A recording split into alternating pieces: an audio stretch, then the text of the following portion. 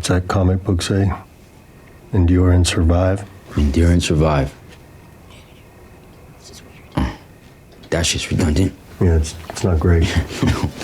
There's a fungus among us. Episode 5 of The Last of Us introduces us to Henry and Sam from the game, and we get a pretty straightforward answer about what's hiding under the streets of Kansas City. Directed by Jeremy Webb, Endure and Survive puts Joel, Ellie, Henry, and Sam directly in the sights of Kathleen's ruthless ruling survivor group, and let me tell you, that doesn't go great. We'll recap all that plus all the Easter eggs we spotted in this week's episode, but before that, I have to warn you, we're gonna spoil this whole thing, so if you don't want spoilers, you know the drill. Go get yourself a ride out of here.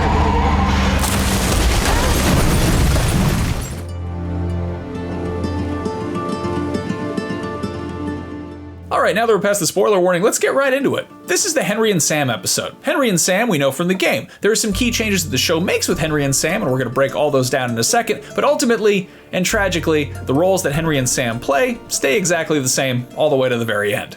That's a lot to lay on you all at once, so let's recap the episode and highlight the Easter eggs that we noticed along the way. The episode opens on a flashback where we learn some more about the Resistance, the violent group of survivors led by Melanie Lynskey's Kathleen. They fought back against Fedra and oppressive government rule and took back Kansas City, or at the very least a sizable chunk of it. The flashback shows the bloody end of that struggle, with Resistance members killing Fedra agents wherever they found them. With Fedra defeated, the Resistance is now hunting for collaborators, anybody who helped Fedra do, Fedra type things, and as we'll later find out, Henry is a collaborator, and as far as Kathleen is concerned, Henry shared intel with Fedra that led directly to the death of her brother, so she's pretty serious about wanting to hunt him down in particular. Back to the flashback, we see Henry and Sam sneaking their way past trucks that are hunting for these collaborators. It's tense and it's very clear that they're both really scared, with pretty good reason. One of those trucks is just dragging a whole person behind it. They have to make it 2 more blocks, Henry says, and they sneak away in the shadows as the trucks drive off. We then cut to a scene with Kathleen in a basement with a bunch of captives. She's upset that they gave up intel for things like medicine and alcohol and apples. Okay, I'm gonna say it right now. Kathleen is easily the most passive-aggressive post-apocalyptic warlord we've ever seen. Did it feel good?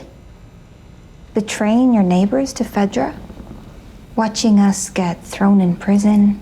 Watching us hang so that you could get medicine, alcohol, f***ing apples? She wants to know where Henry is. You'll remember that last episode, Kathleen was blaming Henry for the death of her brother. Big time revenge type stuff, and as we're gonna see shortly, it's not because Henry directly killed her brother, because he's not really that kind of guy, but he is kind of a snitch. He relayed key info to Fedra, which led directly to the death of Kathleen's brother, and this, of course, was before Kathleen and company overthrew Fedra and took control of the city. As for these poor unfortunate souls gathered in this little basement area, they might not be exactly Fedra, but they cooperated enough that Kathleen has branded them all traitors. You're informers. Inform. She tells them that they're all going to go to trial for their crimes, and something tells me this is going to be more like a frontier justice thing than legitimate courtroom proceedings. When no one volunteers information about Henry's whereabouts, Kathleen casually walks out and tells Perry to kill them all. Kill them. That gets somebody talking. This guy mentions someone named Edelstein, and the way Kathleen is talking about him in the past tense, we learn 2 things. 1, he's not really among the living, and 2, Edelstein was a collaborator? Well, he was a lot more discreet than you f***ing idiots. See, why does it have to be personal like that? That's all I'm saying. I mean, I get it, it's the end of the world and everyone's a post-apocalyptic warlord and all that, but does Kathleen have to be such a dick about it? Anyway, it's probably gonna work itself out. Moving on. She presses some more and finds out this Edelstein was planning to meet up with Henry and Sam at a safe house inside the city somewhere. Kathleen thanks the guy for the info by openly calling him a rat, which seems pretty rude, but not as rude as Kathleen is to Perry after telling him to go kick down some doors to find Sam and Henry. Now. Oh, I'm sorry. How long do you think we should wait? Should we wait a day or 2? Should we wait a week? Kathleen and I would not get along. Seriously, there would be problems. Anyway, she's right though. Whether or not you approve of Kathleen's cause and methods, the clock is ticking and Sam and Henry are trying to get the hell out of Dodge, or Kansas City, which is a state over from Dodge, which is in Kansas, fun fact. Again, a lot of better ways to say that, but we get the point, and so does Perry. When he asks about the captured collaborators and when they're actually gonna stand trial, Kathleen lets him in on a little secret. We are not really putting them on trial. When you're done, burn the bodies. It's faster. And as she walks out, Perry and the armed men head back into the holding area, and I think it's pretty safe to assume that they're not exactly making a social call. So I mentioned the changes to Henry and Sam, and first off is the way that they meet Joel and Ellie. In the series, Henry and Sam wake our heroes up at gunpoint, sneaking up on them in what seemed like a pretty safe spot to bed down at the tail end of last episode. In the game, Joel introduces himself to Henry the old-fashioned way, with fisticuffs.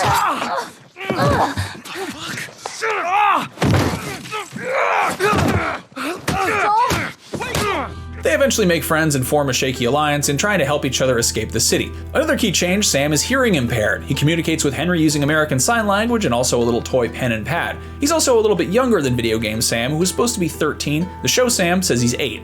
Video game Sam is interested in robots and carries a little toy one around with him. In the show, Sam is interested in superhero comics. This lends him a shared interest with Ellie, who's also into comics, which is actually a nice little Easter egg. Savage Starlight Comics, the sci-fi superhero comic that Sam and Ellie read, comes straight out of the game, and issues of Savage Starlight are in-game collectibles that are scattered throughout the levels. The hero of these comics has a motto, "Endure and Survive," which has been used as a tagline for the game. Endure and Survive is also, of course, the title of this episode of the show. Endure and survive. Endure, survive. Endure, survive. Yeah, man. Anyway, back to the recap. Once again in the flashback timeline, Henry and Sam make their way into a building. Henry tells Sam to hit R3 and toggle that flashlight. They make contact with the doctor that Kathleen had a chat with last episode. The doctor leads them to the same attic that we saw previously, the one where Kathleen found a bunch of superhero drawings. There's access to water and whatever food they happen to already have. There are 2 guns, but there's no ammo. Those are the same guns that Henry and Sam will eventually use to stick up Joel and Ellie in last episode's cliffhanger. Henry takes stock of their food and estimates they can make it about 11 days before running out. He wants to make his way out of the city using the tunnels, but the doc tells him that that's crazy. Henry knows it, but that's the plan until a better one comes along. Then Doc notices Sam sitting scared in the corner and tells Henry that Sam is scared because he is, so Henry checks in on Sam and tells him that their hideout is ugly and it needs some decorations before giving him a big bag of crayons, and they start drawing superheroes all over everything, which is wholesome and adorable. 10 days later and they're out of food, and Henry knows that now is the time that they have to go. The resistance is still out there, so they're gonna have to be careful. Sam passes the time by drawing and painting while Henry compulsively peeks out the window to keep an eye on those resistance patrols. Sam is hungry, but Henry says later. They're already rationing their food and now they're just about on empty. Sam asks if the doc is coming back and Henry says yeah, even though we kinda know that he won't. Sorry, that's the last time we're gonna show that, I promise. Henry takes the hint that the doc isn't coming back, so he and Sam need to bounce. Henry says he's been watching the patrol patterns, which is a strategy straight out of a stealth game. Smart guy. Sam asks if the resistance killed the doctor, and Henry at this point is like, yeah, probably, which is a weird way of getting your kid brother to be less scared, but hey, at least he makes up for it by painting a superhero mask on Sam's face. You know, it's probably not healthy to put house paint on your kid's face, but let's face it, it's the least of their worries. Sam can have a little latex semi-gloss as a treat. Before they walk out the front door, they hear Joel crash into the building across the street, so now we're seeing the events of episode 4, but from Henry's perspective. Key takeaway? Henry gets a good look at Joel's face. New plan, Henry says. They wait until night and break into the high-rise building that Joel and Ellie are hiding out in. You can see where this is going, and that's straight up 35 flights of stairs or whatever, until they make it to all that broken glass that Joel laid down as a makeshift alarm to protect them in their sleep, except Joel is a little bit deaf in one ear, so I guess he didn't hear them sneaking up, and Sam and Henry just walk straight through it. By the time that Joel was finally awake, Henry and Sam got the drop on them, covering them with those unloaded guns from earlier. But if I lower my gun, we didn't hurt you, so you don't hurt us.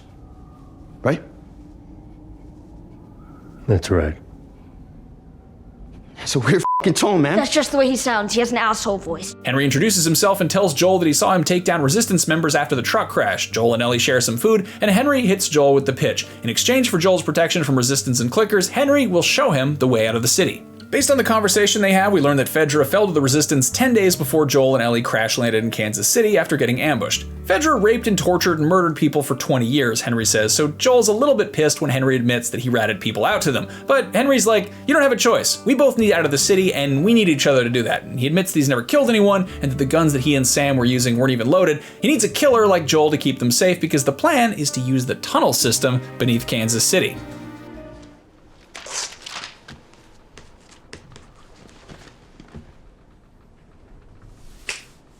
Boom.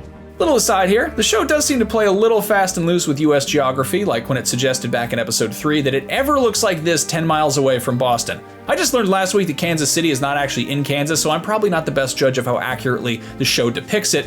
Is there really an elaborate tunnel system connecting the entire downtown? No idea. But on the HBO show, there sure is. A bunch of buildings were all put there by the same developers and are connected via a system of underground maintenance tunnels. The plan is to use the tunnels to get outside of the city walls and escape. Pretty simple, right? It's a great plan.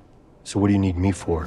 Well, here's the catch, sort of. All of the infected in Kansas City got corralled by Fedra and shoved underground into the tunnels over the course of 15 years, which is why you don't see them wandering around on the street biting people.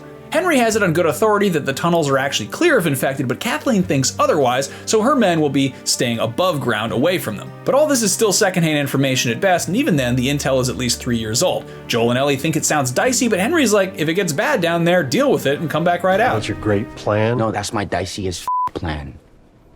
But as far as I could tell, it's your only shot. So the next scene is them just heading down into the tunnels. Now, the way they explore the tunnels in this episode is pretty similar to the sewer tunnels in the game, but in the game, they're used later on in the timeline after Joel and Ellie have escaped the city.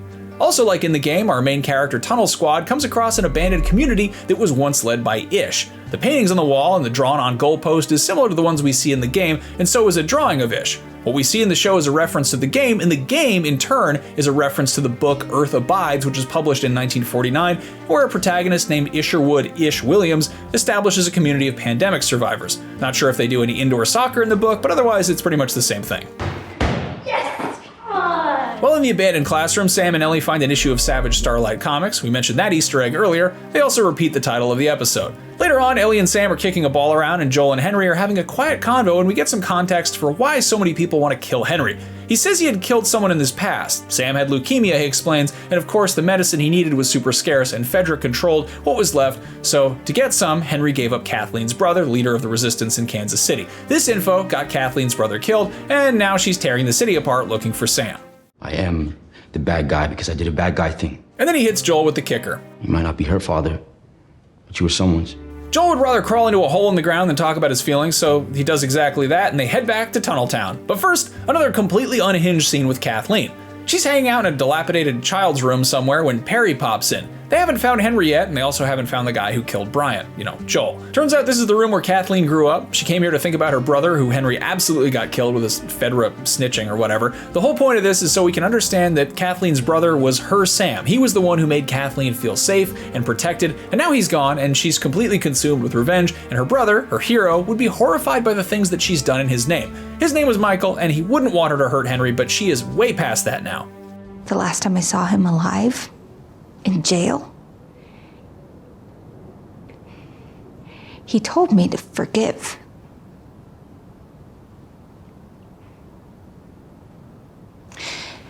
And what did he get for that? Sam and Henry and Joel and Ellie finally make their way out of the tunnels and find themselves in a nice quiet suburb. Nice by post-apocalyptic standards. It seems like it might actually be smooth sailing from here on out, if you're a gullible optimist. And before they can catch their breath, somebody starts taking pot shots at them from the top floor of a nearby house. Go! Joel does his tough guy thing and tells everybody to sit tight so he can sneak up on the sniper. In the game, he encounters quite a few bad guys along the way, but in the show, there's literally just one dude posted up top, so Joel gets the drop on him and has him at gunpoint. Despite Joel pleading for him not to do anything stupid, the man turns his gun on Joel, who puts him down. And again, Joel doesn't want any unnecessary bloodshed, but he also doesn't really hesitate to kill when it's the obvious solution. Please. In case there was any confusion that Potshot Pete here was not just some random guy, his walkie-talkie squawks with one of Kathleen's goons on the other end, and of course, they are headed right this way. What follows is the biggest action set piece since the prologue escape scene back in the first episode. Kathleen's entire entourage rolls up with a massive truck in front that's got like a whole bulldozer thing on the front that makes quick work of all the broken down cars that are blocking the road. And just when it's about to run down Ellie, Joel nails the driver who jerks the wheel very hard and sends the whole thing careening into a house. Moments later, as Kathleen's troops are advancing on our pals, the truck's gas tank explodes. Kathleen's troops have Ellie and Sam and Henry surrounded, and even though Joel has the high ground and a rifle, there's really no way he'd be able to nail everybody down there before somebody grabbed Ellie, or worse. Henry tries to bargain with Kathleen, saying that he'll surrender if she lets the kids go, which she politely declines. No, sorry. Kathleen explains to Henry that maybe Sam was meant to die because kids die all the time. Therefore, it was very selfish of him to prioritize Sam's health over the greater good, and now it's time to face the repercussions of f***ing with fate. It ends the way it ends. Henry tells Ellie to take Sam and run and turns himself over, and just as Kathleen is preparing to shoot him in the head, the large burning truck collapses into the ground. Those tunnels weren't very well made, or maybe the truck explosion knocked something loose because all the infected that Fedra had rounded up and walled off underground have found a way out, and from here, all hell breaks loose. The infected, who have no political leanings one way or the other, tear into Kathleen's resistance, and Ellie, Henry, and Sam try to avoid getting shot or bitten. Joel covers them from the window, racking up a bunch of headshots just like in the game. I mean, assuming you're actually good at the game or have aim assist cranked all the way up.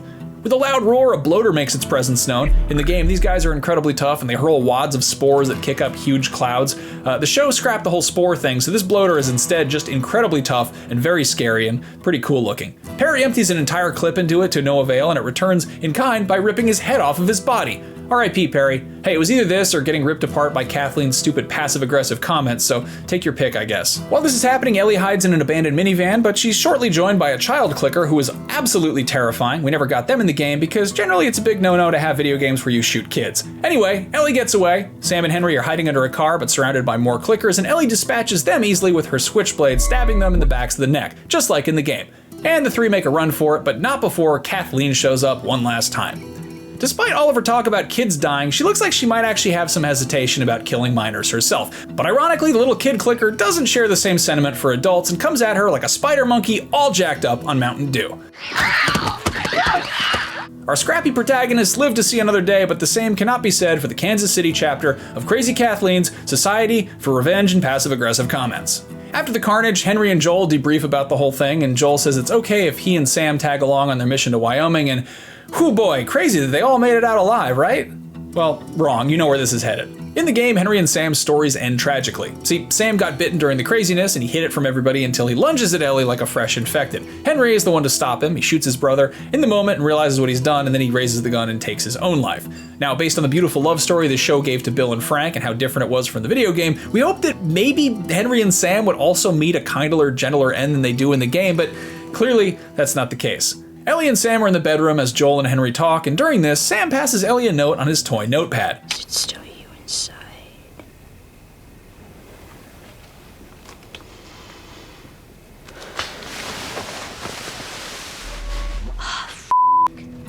Now, Ellie knows exactly what this means, obviously, yet she weirdly decides not to say anything about it to anybody. She instead tells Sam that her blood is medicine, and then she shares a little bit with him, which obviously doesn't work. She promises to stay up with him and make sure that he doesn't turn, but, she eventually falls asleep and he eventually turns. Cut to the next morning when she tries to check on Sam and oops, surprise, he's infected. He turns on her and whether or not it's still him on the inside immediately stops mattering, and Henry does the thing, puts down his own little brother, and then, shocked with the realization of what he's done, turns the gun on himself before Joel can stop him. Henry, no! This probably isn't a huge surprise for fans of the game, but there was still that glimmer of hope that Henry and Sam got a happier ending the second time around. But in addition to all of that talk about dead kids, Kathleen telegraphed this one pretty point blank. Well, kids die, Henry. They die all the time. Joel and Ellie bury Henry and Sam just outside the motel where they were hiding out. Ellie leaves Sam's toy notepad on his grave with one last message that just says, "I'm sorry," and with that she tells Joel, "Let's go," and they start to make their way out of town on foot, and once again, we sit there, wide-eyed and mouths agape at our TV as the credits roll. Sunday night, everybody. Feel good TV.